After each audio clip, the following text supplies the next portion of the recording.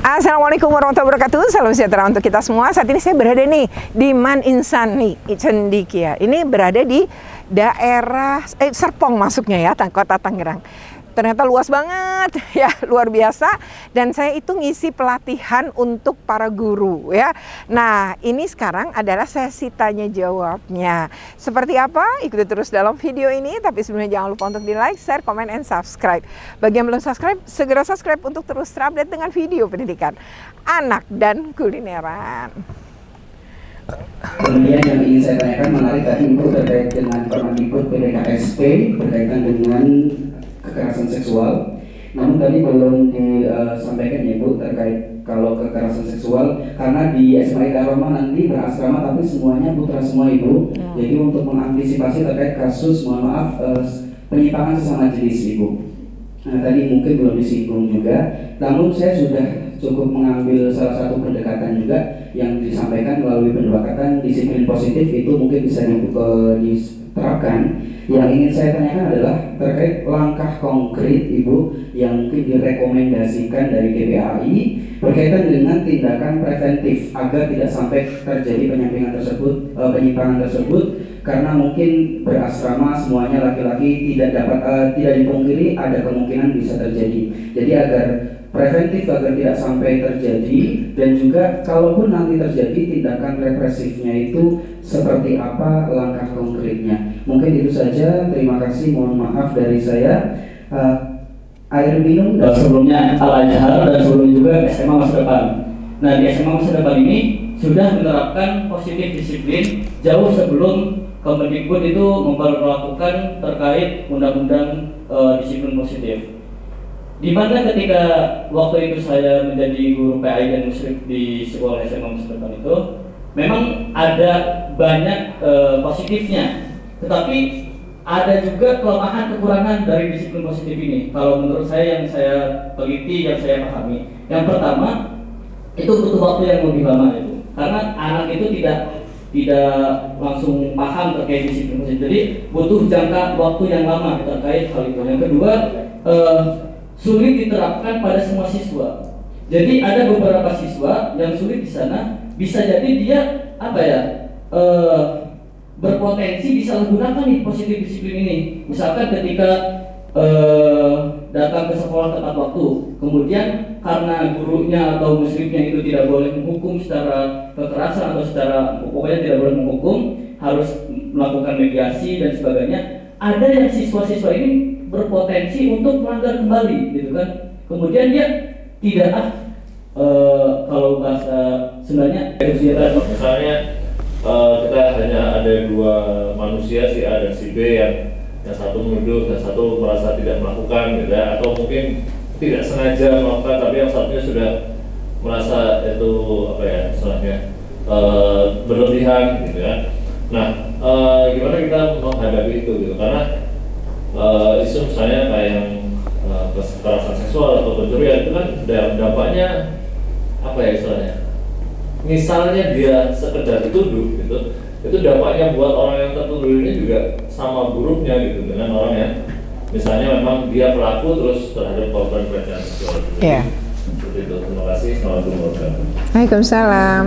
Terkait dengan penyimpangan atau penyimpangan orientasi seksual ya maksud Bapak ya. Jadi yang pertama adalah, tapi saya mau jawab umum untuk terkait, karena pertanyaan Bapak Kepala Sekolah maupun pertanyaan siapa yang kedua ya tadi itu mirip. Sekarang gini ya, kalau tadi Bapak lebih mengatakan bahwa ntar kalau anak nggak dihukum nggak ada jerat. Jadi kita nggak percaya bahwa melakukan perbuatan bahwa pendisiplinan positif itu akan mampu membuat anak-anak tuh bertanggung jawab. Pertanyaan saya, apakah disiplin positif diterapkan itu udah tepat atau belum? Sehingga kemudian terjadi itu. Karena logika harusnya tidak. Pendisiplinan positif itulah pendekatan yang ini sebenarnya sudah banyak di sekolah-sekolah di Eropa. Nah, tetapi Indonesia sendiri kemudian itu pertama kali sebenarnya Kementerian Perlindungan Anak yang memulai. Justru bukan Kemendikbud dan Kemenak. Lalu secara masif gerakan ini disatukan dengan sekolah ramah anak. Sehingga pendekatan disiplin positif kan orang akan selalu bertanya, Oke, jadi kalau kekerasan gimana nih cara kita menangani? Lalu bagaimana anak-anak yang nakal? Maka kemudian prinsip disiplin positif ini ada. Nah sebenarnya di Indonesia disiplin positif itu justru pertama kali itu dikenalkan di Indonesia Timur. Ketika lingkungan mereka itu emang betul-betul penuh dengan kekerasan. Jadi pengasuhannya dalam keluarga kekerasan, pengasuhannya di sekolah juga penuh dengan kekerasan. Bagi mereka wajar karena di ujung rotan ada emas gitu.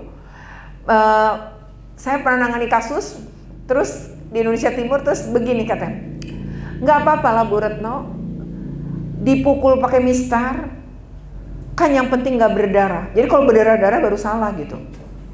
Padahal dampak putus urat ya syarafnya dan lain-lain itu nggak ada di pikiran teman-teman. Nah sekarang saya mau gini, bedanya gini ya, kalau kita melakukan pendekatan hukuman, pertama agresif dan mengandung kekerasan fisik ataupun verbal. Yang kedua memaksa anak untuk patuh. Yang ketiga membuat anak tertekan dan takut. Dia sementara doang di depan kita atau dalam waktu jangka 1 bulan. Berikutnya dia akan ngulangin. Tidak menghargai potensi anak, kemudian hanya untuk mengendalikan anak, dan sering mempermalukan dan melecehkan anak. Itu bersifat jangka pendek, sementara doang. Sementara pendekatan disiplin positif itu sebenarnya mengembangkan perilaku positif anak sesuai usianya. Jadi anak SD, anak TK, anak itu semua bisa pakai disiplin positif. Saya pernah dalam satu waktu di sebuah sekolah, gurunya bilang sama saya, Bu, saya tuh bikin sepakatan sama anak, tapi anak-anak yang kemudian tidak menjalankan sepakatan. Lalu saya tanya, Bapak Ibu Ibu sepakatnya gimana? Dia guru bahasa Inggris. Dia bilang, Bu, anak-anak di sekolah kami ini adalah anak-anak yang memang berada di daerah kumuh. Sehingga mereka itu memang gak biasa pada kebersihan. Saya berniat mendidik kebersihan. Oke, caranya gimana Bu? Jadi saya bikin kesepakatan sama anak-anak. Kalau kelasnya gak bersih, kita nggak belajar. Suatu hari dia masuk ke dalam kelas. Kata anak-anak apa Bu pada saat kesepakatan itu? Ya anak-anak bilang, baik Bu, gitu. Ada nggak anak-anak yang bilang atau menawar-nawar atau berargumen? Enggak, semua nerima. Nah, gitu kan? Mungkin anak-anak tuh mikirnya, udah. Dan kan dia belum ngerti maksudnya. Sekali lagi, anak itu otaknya yang matang baru perasaan. Jadi kita sedang menerapkan nanti bagus buat kamu nih. Nah dia biasa hidup di tempat kotor. Maksudnya daerah kumuhnya kebetulan emang buang sampah ya sembarangan. Di kali aja buang apa. Ini kan ada budaya. Dia misalnya SMP, ini kebetulan anak SMP. Dia umurnya 13 tahun. 13 tahun hidup dengan begitu. Bapak Ibu baru ketemu dia sebulan. Lalu berharap berubah. Kan gak bisa, harus pelan-pelan. Jadi kalau anak gak langsung berubah wajar. Emang butuh waktu. Nah lalu saya tanya nih soal kesepakatan. Kembali ke soal kesepakatan. Jadi sepakatnya ibu gak buka dialog. Enggak, ibu cuma bilang sepihak dan anak-anak harus menerima. Iya, itulah kunci kelirunya pertama. Jadi yang butuh siapa? Ibunya. Anak-anak nggak butuh karena nggak ngerti. Nah lalu anak-anak tuh mengertinya dia anak apa? Ngelakuin. Jadi saya tanya sama ibu. Jadi Bu, katanya si guru ya, ini sampah di kelas banyak banget. Seperti kesepakatan kita, saya nggak akan ngajar sampai nih sampah hilang. Kelas kamu bersih. Panggil saya di ruang guru kalau udah bersih. Turunlah si ibu. Sampai di situ nggak dipanggil-panggil. Anak-anak bilang nggak usah dipanggil. Anak-anaknya tuh kan ngerasa nggak butuh akhirnya. Lalu kita sakit hati, ya kan? Kurang ajar nih anak-anak, begitu kan? Lalu tambah marah, anak-anak tambah nggak merasa nyaman dengan guru itu. Yang harus dilakukan apa? Saya bilang, ibu pernah nggak berpikir begini? Masuk ke dalam kelas, selamat pagi anak-anak semua. Aduh, kelasnya masih kotor, banyak sampah. Kebetulan habis istirahat ya.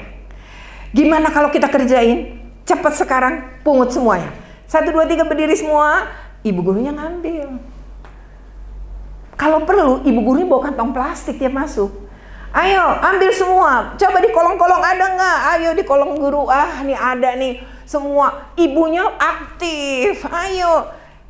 Nggak sekali Pak, masuk besoknya, lah kok masih kotor. Kayak kemarin, operasi semut, ayo semuanya. Terus lakukan, lama-lama anak-anak ngerasa, ternyata kelasnya bersih tuh enak. Nggak ada semut, nggak ada lalat, ruangan nggak bau, karena ada makanan yang di kolong berhari-hari. Sisa somai, masuk. Minum es sisa, taruh, kan kebiasaan kan? Dia 13 tahun dididik kebiasaan begitu, tiba-tiba kita mau ngajarin, ya nggak bisa simsalabim dong. Jadi berulang-ulang dulu.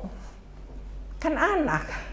Setelah itu sampai anak mengerti. Oh ya, besoknya nggak usah nih, berikutnya nih, kalau udah jadi kebiasaan.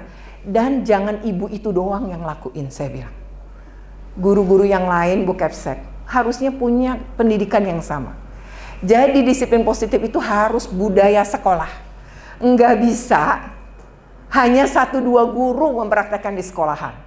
Jadi akhirnya semua, berangkat dari kelas-kelas yang bersih, lorong-lorong kelas yang bersih, sekolahan yang bersih. Anak-anak juga akan di rumah dipraktekin pasti. Bersihin kamar, bersihin itu, enak tempat yang bersih itu. Dia nggak bisa lihat yang kotor, karena kebiasaan di sekolahnya dibangun itu. Makanya Ki Hajar Dewantara bilang, membangun karakter terbaik dan tercepat adalah di sekolah. Karena orang yang dari berbagai karakter, tiba-tiba ngumpul dalam satu karakter yang mau kita bangun. Bersih. Jadi kalau itu nggak usah punya target-target banyak. Target satu, misalnya ngedidik anak kebersihan, itu dulu sampai panjang. Karena nggak bisa, setidaknya 90 hari kita harus ngelakuin itu. Ibu ini ngajar bahasa Inggrisnya seminggu 2 kali. 2 jam. Lah berarti dia berapa kali harus melakukan itu.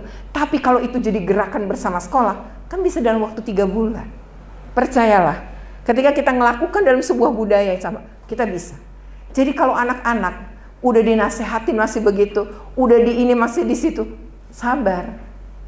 Karena itu tahap perkembangannya anak dan memang kondisi psikologinya anak.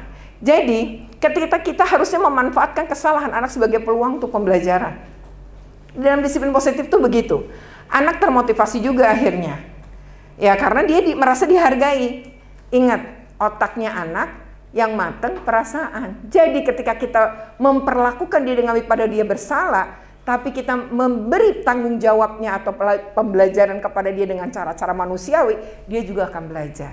Tadi saya bilang, bukan berarti kita nggak bisa menghukum, tapi memberikan sanksi itu harus satu tidak menyakitkan. Jadi kalau kita mikir bahwa anak kalau udah sakit kita hukum baru dia kapok, itu salah. Yang kedua adalah tidak merendahkan, tidak mempermalukan. Jadi misalnya dia ini yang merokok, kita lihat ini semuanya, ini adalah anak-anak yang merokok, mungkin kita mempermalukan dia. Itu nggak akan membuat dia juga berubah karena prinsipnya bukan di situ. Kesalahan itu harusnya gimana? Kan tadi Bapak tanya preventif. Preventif itu berarti dimulai dari kenapa merokok itu tidak boleh. Pertama dari unsur kesehatan. Dokter-dokter aja yang udah ngerti masih ngerokok. Padahal dia ngerti prinsip kesehatan bahwa ngerokok itu merusak. Dia masih ngerokok, dokter-dokter itu. Banyak dokter yang masih ngerokok ya, tapi ada dokter yang enggak kan? Nah lalu tahu ilmunya belum nggak cukup, tapi di sekolah adalah apalagi berasrama, gampang betul ketika semua seirama. Satu, seluruh gurunya juga jangan ngerokok. Lalu orang tuanya, anak-anak yang ini kita juga berhak untuk memberikan pembelajaran pada orang tua. Jadi orang nih Pak, Bu, anaknya jadi susah berhenti ngerokok karena mungkin ketika pulang misalnya di asrama dia nggak ngerokok, begitu nyampe rumah ngelihat bapak, ibu, kakek, semua ngerokok. Jadi nggak salah anak meniru, kan anak spon tadi saya udah bilang. Jadi itu bapak ibu nggak bisa nyelesain di anak, gitu loh. Nah next ya, positif menghargai potensi anak. Nah next saja. Pendekatan disiplin positif itu butuh kepercayaan dan kepedulian. Jadi azan ya? Belum. Jadi gini Bapak Ibu, kepercayaan dan kepedulian. Jadi kalau anak belum percaya dan peduli sama kita. Oke ya, demikian sesi tanya jawab yang menarik. Ini cuma waktunya aja ya, sempit. Jadi sebenarnya para guru ini pun punya semangat untuk belajar, untuk tahu dan banyak bertanya. Semoga ini bermanfaat ya. Apa aja pertanyaannya tadi sudah disimakkan. Semoga bermanfaat. Jika bermanfaat jangan lupa untuk di like, share, comment, and subscribe. Bagi yang belum subscribe, segera subscribe untuk terus terupdate dengan video pendidikan anak dan kulineran. Terima kasih. Wassalamualaikum.